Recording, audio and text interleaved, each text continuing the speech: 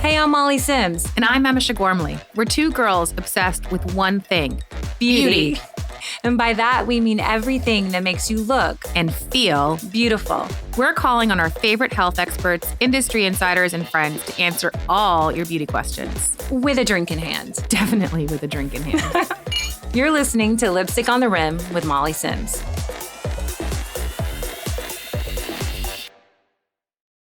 Iconic doesn't even begin to cover it. You guys, today's guest has been defining. When I tell you defining, you have no idea what I mean, but defining beauty and grace for generations. And to be perfectly honest, she is still totally an it girl today. She is our it girl. She was our it girl then. She is our it girl now.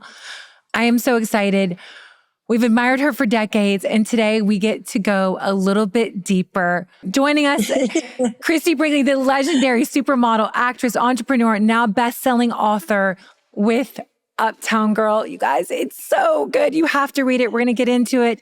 With more than 45 years in the beauty industry and over 500 magazine covers under her belt, including 3 consecutive SI covers, she's a cultural icon in every sense. But beyond the beauty, she's a storyteller, a survivor, a devoted mom, a passionate activist, and a true believer in miracles. Today, she's here to reveal how she stays forever young. You guys, she looks fucking amazing. She's going to be sharing her secrets to her ageless beauty, her confidence, with every age, which I think a lot of you are going to take away and realize that's what she's done with every chapter of her life, her essential daily wellness habits, and why life only gets better the more you embrace it. Oh my God, Christie, I just want you to know, I have a place in New York as well as Christie. And so every now and then, like once a year, I'll get the pleasure to have like 5 minutes with her. You're amazing. I'm so happy. You know, Emese and I have always been true and utter fans. I've followed you since I was a little girl. But I want to take it back. Start at the beginning. People first began hearing your name in the modeling world. How were you spotted as a model? I was discovered in a phone booth in Paris. I actually had moved to Paris with a broken heart. California was no longer big enough for him and me. And so I moved over to Paris, determined to become an artist. And I immediately fell in love with a Frenchman who immediately got drafted into the French militaire, service militaire. And so he left me with a little puppy to keep me company while he tried to get deferred. And my little puppy was sick. So almost every day I would go to the telephoning office because I lived in a little like artist garret under the roofs, no phone. My toilette was 2 flights up in the staircase. My shower was 2 blocks away up the street. And my telephoning office was a couple blocks straight ahead on my street. And so I was going there daily to call the vet and say, what do I do for my little dog? And this photographer got an assignment that required a sunny California athletic kind of girl. And so he thought, oh, that's the girl in the telephoning office. And how old were you? I was 19. Wow. And so he went to the phoning office to hope that I needed to make a call that day. And I did. And I was holding my little puppy in a little pannier, you know, crossbody like this. And I was looking down and I smacked right into him. And voila, the rest is histoire. That is crazy. So amazing. It's also the chicest discovery story I've ever heard, truly. In Paris, just like with her puppy, it doesn't get better than that. Sports Illustrated, you're on the cover 3 times. What was that moment? Because there's that moment when you get that call. What was that moment like for you? I literally couldn't believe it. I couldn't believe it when I got that second cover. and it was out of the question that there was going to be a third. It wasn't even anything I was considering.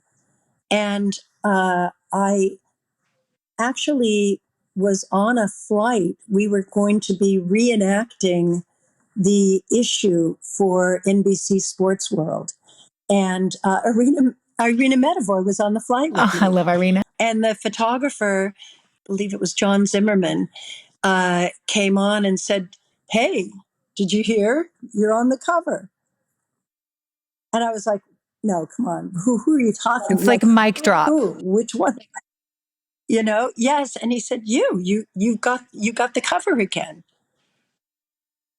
I mean, I really couldn't believe it. And how did that, between the CoverGirl contract, you're probably, I don't know if you might be the most famous model ever. From that moment, did it just take off?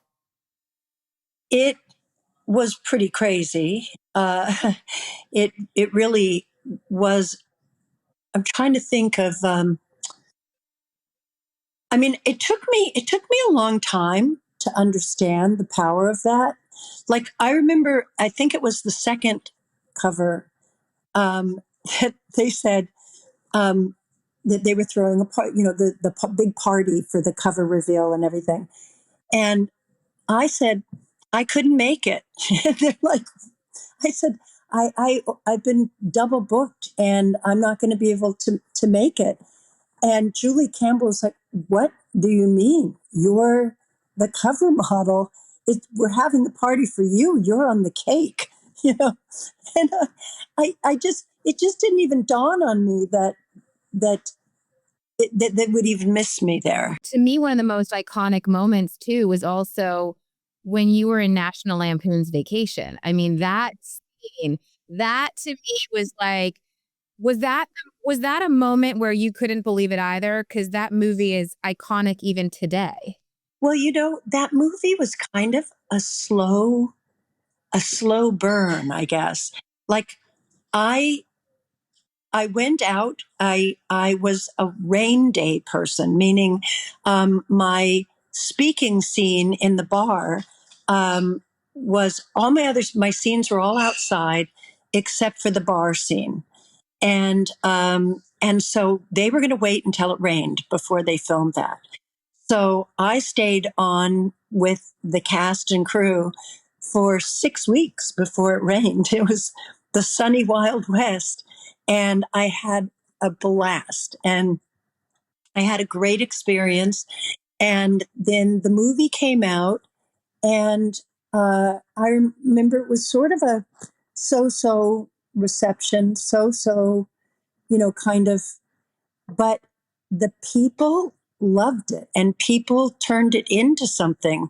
And so it kind of built up slowly until now, what is it, like 40 years later? It's on all the lists for like the top 10 comedies of all times. It is like you, it is iconic.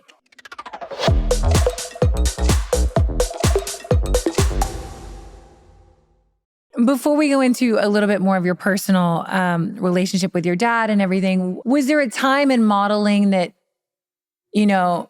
because you did so much and it happened relatively from the phone booth to everyone knew Christie Brinkley within, 3 to 5 years. You became iconic very quickly.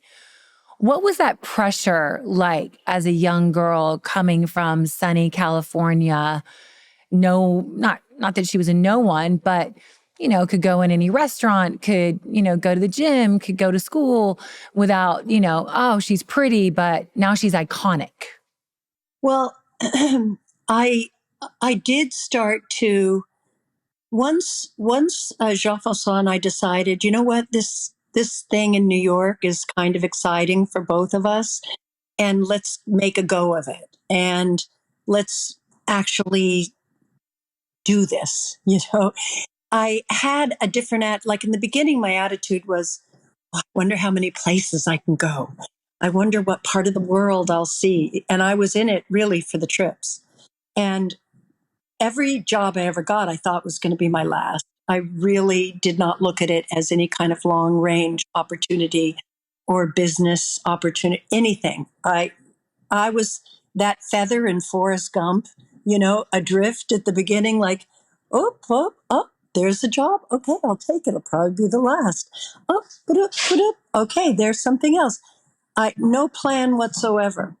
But once we kind of created a plan, then suddenly it was all about, I shouldn't eat that. I should try and get like thin like the other girls. I should really try and like, I need to change. You start thinking that you need to be something that you aren't, and that I was like, I'm ready for my transformation, my makeover, when I came across some of the pages that I mentioned in the book about what I was eating, I mean, just from that menu alone, you could tell that there was pressures. You know how it is well, you don't know but I would go into a job and they have the sample sizes and the zipper would be as wide as it could go. And they'd have to determine, you know, well, maybe we could get it on if we put it over her head. Maybe we could get it on if she, really just suck it in, Christy, suck it in. Well, we may have to like seam rip it. It was embarrassing to have that happening. I had it happen a million times.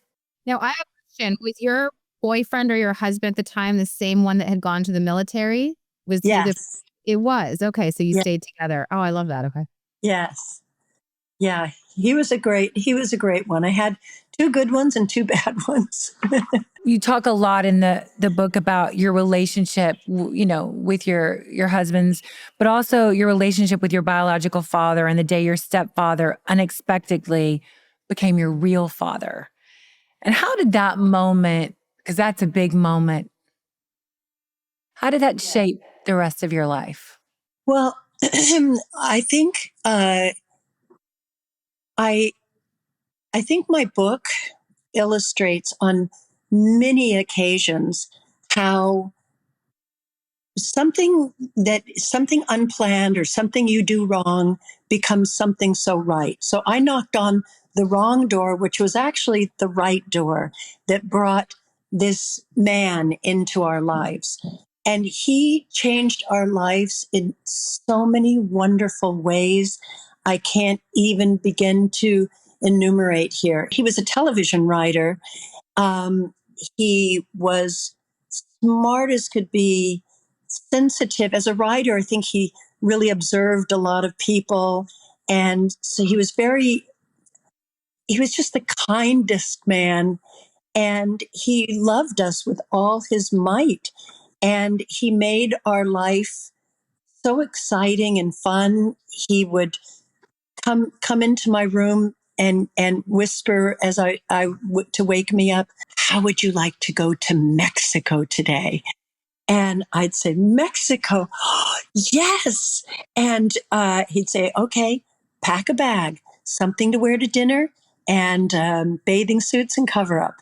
And I'd pack a bag, and we would be an hour later sitting on a flight going down to Puerto Vallarta.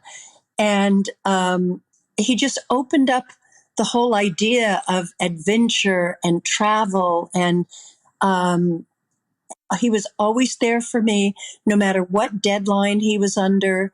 If I had an issue with my math homework, he was there for me. And it was just amazing to be in a family that was held together with love. Now, you talk in the book about there's a scene in a courtroom in Uptown Girl where you talk about your biological father giving up his parental rights. When you look back at that now, how do you reflect on that turning point? Well, I know as a child, I felt like, why didn't he love me? Why? How could he do that? As an adult, I can only be grateful that he did, and that he, you know, just got out of our lives because he didn't want to be there anyway. But sometimes people will carry on that charade their whole life rather than just go ahead and leave. And so, looking back, I'm really grateful that he did. It's a blessing. It is. It actually shows how much sometimes people, I think, can love you enough to let you go. And that's what it is, right? You've lived such a rich, colorful life, love, loss, family, fame. When you look back on all these different relationships, which one stands out as some of the most formative that's made you who you are today? Because you know, you've had some incredible men in your life. I mean, you've had one asshole that I know, but you can name him. You guys can read the book and figure that out. But yeah, you've really lived, right? And you've gone through loss. Yes. It would be really hard to narrow it down to one person because there have been so many moments that have been so pivotal, so pivotal. I mean, obviously, as I just mentioned, my dad, because he literally opened up our whole world, and he had so much love for all of us, my mom, my brother, me, and that was just amazing. And he continued to be an inspiration to me. I could cry because throughout my whole life, he was always there for me. And he was, he went through hell at the end of his life, through absolute hell. And never once, never, not for a second, did he ever say one complaint. And it's just because he could only speak if they, like he had a choice of speak or breathe. And so they would make it so that he could say a word. And he always chose the words that would make us smile or make us know how much he loved us. Never to say, I wish I could eat too. I wish I miss coffee. I miss drinking or, anything. He was on tubes and stuff. Not a word. He was my mom always said he was a saint, and I truly believe he was. An amazing man. Amazing man. He was your dad. Mm-hmm. Tell us a little about the love story with Oliver Chandon, which is so good in the book, but give us just a little because it's a love story, but it's also heartbreaking, but it's everything. Yeah. Olivier was the most sparkling person. He really was so full of life, so curious about everything. He spoke like any language that came into our lives, he spoke it. Portuguese, French, Italian, Spanish, you name it. He, because he was interested in all those cultures, he always had books going, all the philosophers. He always wanted to do everything. A day in the life with Olivier was filled to the brim from sunrise to, till you dropped at the end of the day. It was full of adventure and life and living life to the fullest. It was beautiful to be by his side. Beautiful.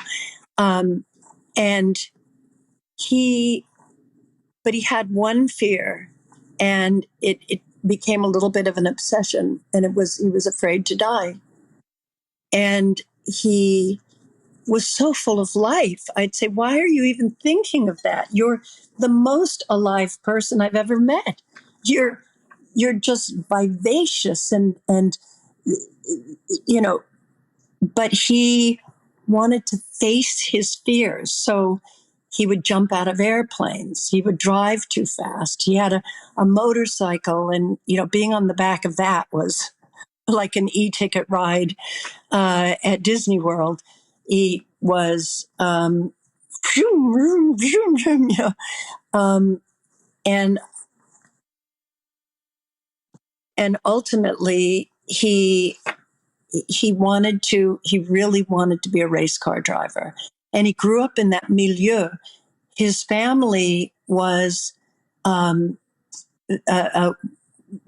family owned Moet et Chandon, which is the champagne that the drivers all squirt each other with at the end of the race. And so he grew up at the racetrack. And I remember when he took me to my first race, he was like, listen to that. Off in the distance, you hear this kind of buzz noise. And I could tell that was like his rock and roll music, that just brought him to life, and just, you could feel the excitement bubbling up in him. And so he started to work towards that goal, and he got himself a sponsor, and started test driving, and I was with him on one of his test drives when he spun out, and the team and I all took off. All we could see was that he'd hit the dirt on the side. We saw all the smoke and the dust and everything fly up into the air. We didn't know what happened, and we just took off running across the track. And we got there, and he was fine, and he was laughing and smiling and everything. But having had that fear, I kept trying to talk him out of his dream. But it was so obvious that it was an overwhelming passion for him that he had to fulfill. He just had to. And so I just tried to be supportive. It's so sad, and to lose someone so suddenly, because they're in your life, and so your life is so full and filled, and then it's gone. It was the most shocking thing to hear those words. Like, I just wanted to not hear the words. Like, if I didn't hear those words, then maybe it wasn't true. Like, that was just no. I wanted to refuse those words. It was so tragic to lose somebody so full of life, so wonderful. And also, to have it be so sudden, I think that is where, I think his fear, we all fear, something's going to happen to us. But then when it does, to have it to be so tragic, for lack of a better word.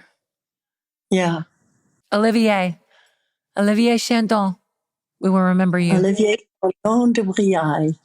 You write about meeting Billy Joel in the midst of all of that grief, and how that relationship evolved in a really unexpected way. Yeah. I met him before, while Olivier was still alive, in St. Bart's. But we were friends, and we were friends for a while. But after Olivier died, his support and his sweetness really, like, I had been thinking of Billy as this funny, fun guy. And all of a sudden he was so sincerely supportive in the sweetest way, like really just wanting to help in any way he could. And so sensitive to my feelings throughout that, it made me look at him a little differently. And after a while, our friendship turned into more because of that.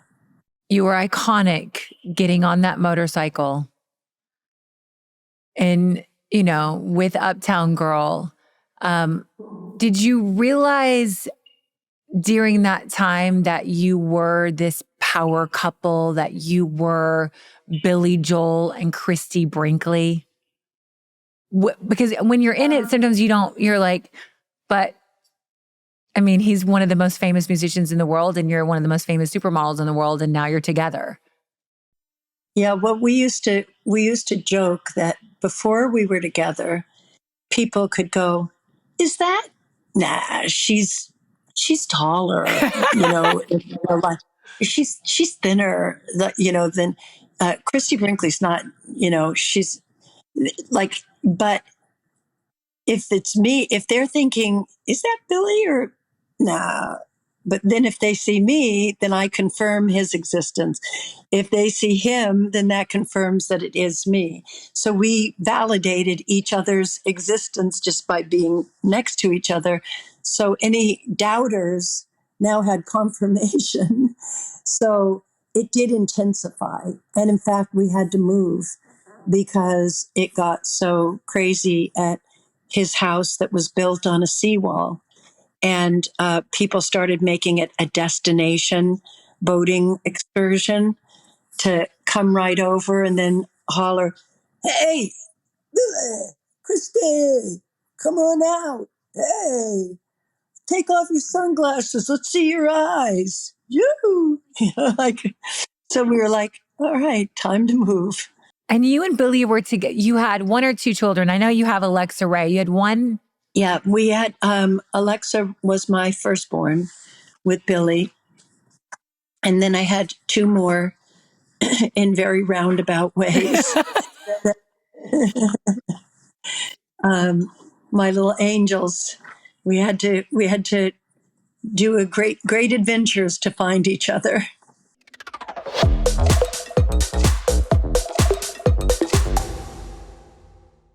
You've dated men that are, very strong, very captivative, very good looking. But have you always lived your life just head on first? Yes. Yes.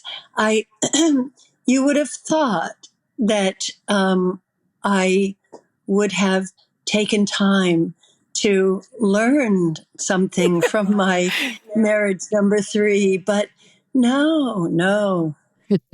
Like a fool, I rushed in.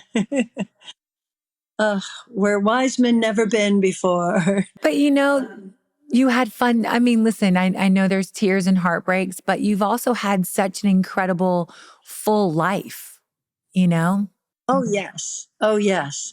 I made a point of it, actually. I remember when I was just a kid, my dad was telling me a story about a guy named Walter Mitty. And the way that I took the story, I'm not sure it's exactly that, but I took it to be that this was a guy that went out and lived all these different lives in order to be able to write about it. And so I thought, you know what? I want to do that. I don't want to just do one thing. I want to try everything. And I want to really get involved and see what it's really like. And that's what I did. And I did it with like my boxing adventures. I did it. I've done it in politics. Actually becoming a delegate and going to the convention and giving speeches and stumping and going on the tour buses and doing all of that to really get the inside scoop and really see what it's like.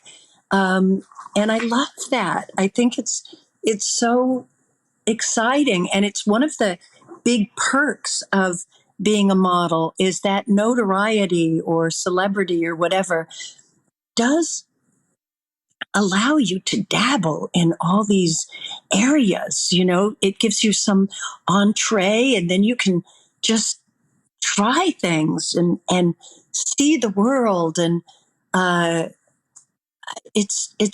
I've loved that about this job. And you've done it so well, and you still continue to do that. When I started this job, I was told by the time you're 30 years old, you'll be chewed up and spit out and over. And I'm 71 now, and I have just celebrated my 1 year launch of Tower Hill, my clothing line, which bless XL, my partners, for taking a 70-year-old woman and helping me set up a business. And not a lot of people would do that. And I think it's so great and wonderful, and I hope it's inspiring to other 70-year-olds who are thinking about starting their own business. And and I've written this book and launched this book, and it's gotten so, people have really taken it to heart. It is really, I'm going to cry again, because I've been so moved by the reaction. Like, people are just, there's a lot of talk about, oh, everybody's so mean nowadays, but there's so many nice people, and they all seem to have come out to support my book, which is so sweet. And I appreciate you guys Oh my doing God, this today. it's so good. Everyone has to buy. Before we leave, I'm going to tell everybody about it.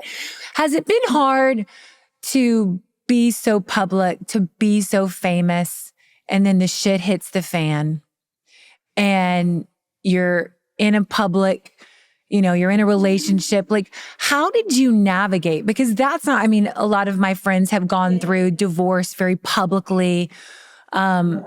Somehow you've managed it with such grace, I have to say. Oh, thank you.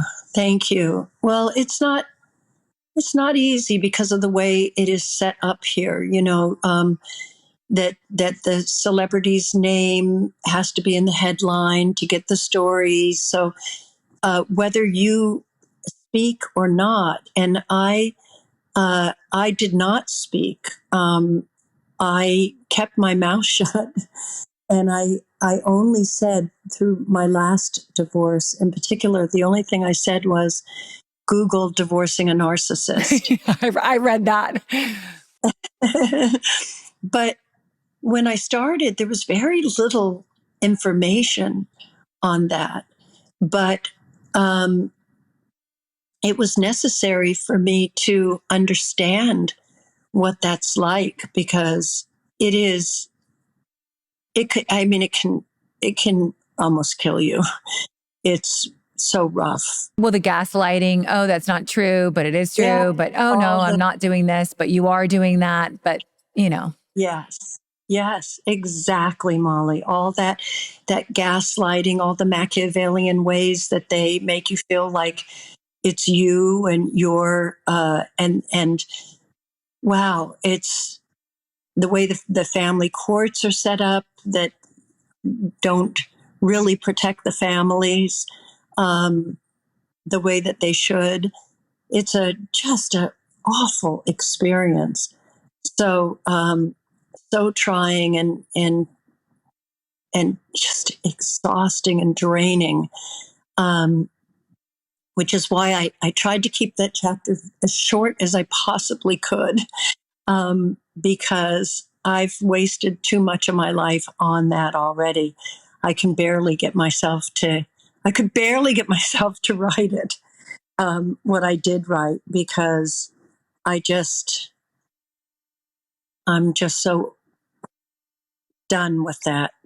Well, your resilience, what you've come out of it, and to, for it to be so public and him so awful, I'm very, I was in awe of how you handled it. Truly. Oh, thank you.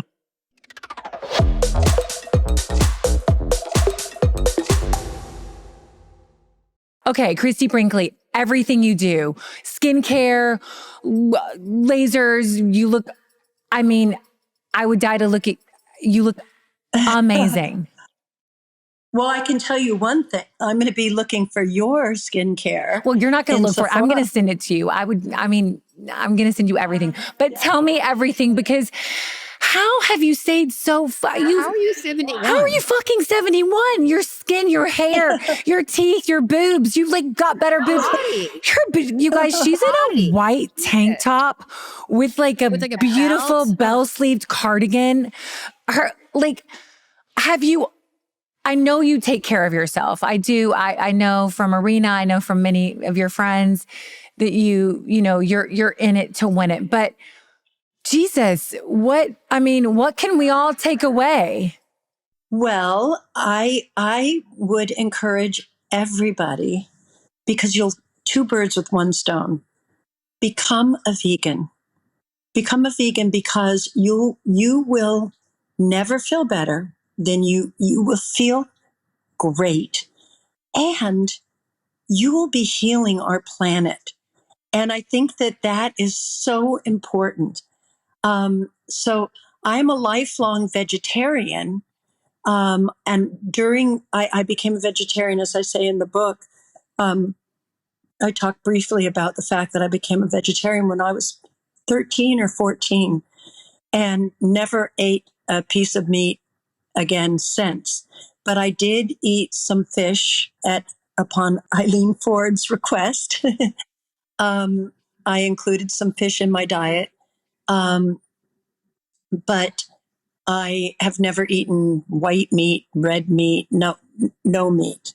And I do think that they put hormones and all kinds of things in that meat to get it to the marketplace faster, to age it, to get it going, and antibiotics and all of that. And it doesn't get out of the meat. You're eating it.